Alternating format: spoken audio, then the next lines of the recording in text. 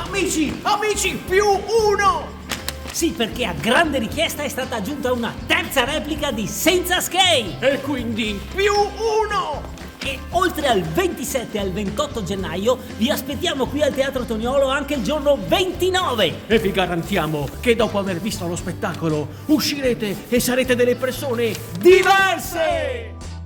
Che dopo hanno visto, ma quando sei che veniva al Toniolo? Perché sono andato a vedere, ma il 27 e 28 è tutto esaurito. Sì, ma adesso è stata aggiunta un'altra replica, il 29, per cui non dovete scusare, no? Oh, cosa? Ti vedo un po' strano oggi. No, ma deve essere sempre